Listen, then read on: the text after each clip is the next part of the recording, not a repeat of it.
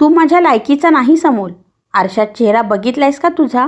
माझ्या पायातील सँडलची किंमत तुझ्या महिन्याच्या खर्चापेक्षा जास्त आहे. भर कॉलेजच्या गेटवर काव्याने अमोलचा अपमान केला आणि तोच अपमान अमोलच्या काळजात जिवंत निखाऱ्यासारखा पेटत राहिला. सांगलीच्या एका छोट्याशा गावातील अमोल आणि काव्याची जोडी म्हणजे शाळेपासूनची फेवरेट लव्ह स्टोरी. 10वीच्या निरोप समारंभादिवशी शाळेच्या पटांगणात वडाच्या झाडाखाली उभं राहून अमोलने काव्याला वचन दिलं होतं. काव्या, परिस्थिती गरीब आहे ग माझी, पण तुला राणीसारखं ठेवेन. आपण लग्न करू. काव्याने लाजून होकार दिला होता. शाळा संपली. काव्या पुढच्या शिक्षणासाठी पुण्यात गेली आणि अमोल घरची शेती सांभाळत गावातल्या कॉलेजमध्ये जाऊ लागला. सुरुवातीला दोघे तासनतास फोनवर बोलायचे. अमोल शेतात राबून भाजी विकून साठवलेले पैसे काव्याच्या मोबाईल रिचार्जसाठी पाठवायचा. पण शहराचा वारा काव्याला लागला. कॉलेजमध्ये श्रीमंत मुलांच्या गाड्या, त्यांचे महागडे कपडे, मॉलमध्ये फिरणं हे पाहून काव्याचे डोळे दिपले. तिला तिच्या मैत्रिणींचे बॉयफ्रेंड्स भारी गिफ्ट्स देताना दिसायचे. तिला वाटू लागलं, माझा बॉयफ्रेंड तर नुसता शेतकरी आहे, गावंढळ आहे, तो मला काय देणार. हळूहळू तिने अमोलचे फोन उचलणे बंद केले. मेसेजला रिप्लाय उशिरा येऊ लागले. एकदा अमोलने कसाबसा पैसा जमवून तिला वाढदिवसाला कुरिअरने एक छानसा ड्रेस पाठवला. पण काव्याने फोन करून त्याला सुनावले, अमोल, काय हे चिंध्यांसारखे कपडे पाठवलेत? माझ्या कॉलेजमध्ये मुली ब्रँडेड कपडे घालतात. तुला स्टँडर्ड कळतं का रे?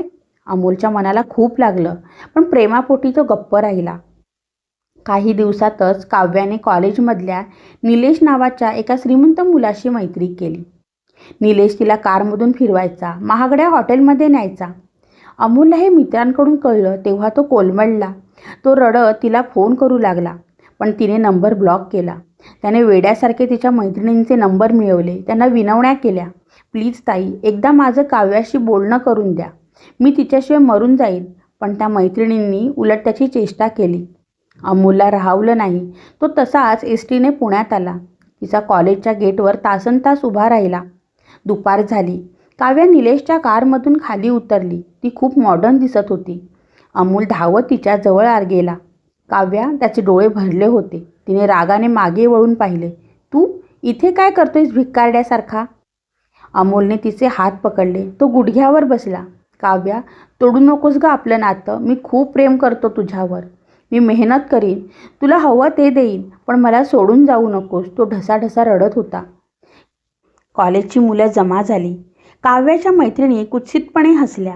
हा हा काव्या, हा तुझा तो गावठी बॉयफ्रेंड का गं? काव्याचा अहंकार दुखावला. तिने सर्वांसमोर अमोलच्या थोबाडीत मारली. माझ्याजवळ येऊ नकोस. तुझी लायकी आहे का माझ्याशी बोलण्याची? Get lost.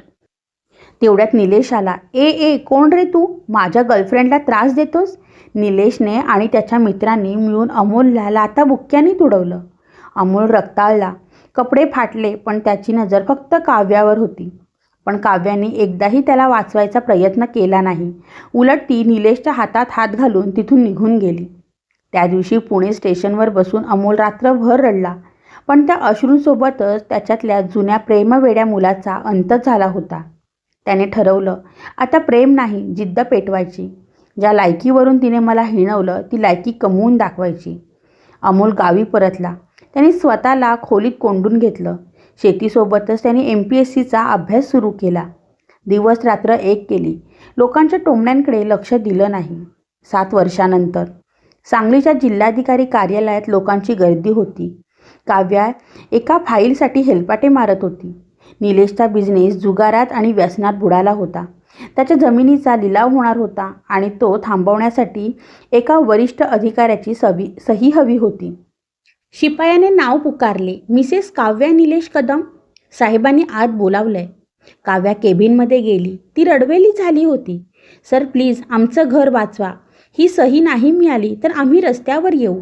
समोरच्या खुर्चीवर बसलेल्या अधिकाऱ्याने फाईलवरून नजर वर केली. ते भेदक डोळे, तो रुबाब आणि चेहऱ्यावर एक गंभीर शांतता. तो अमोल होता. आता तो उपजिल्हाधिकारी झाला होता.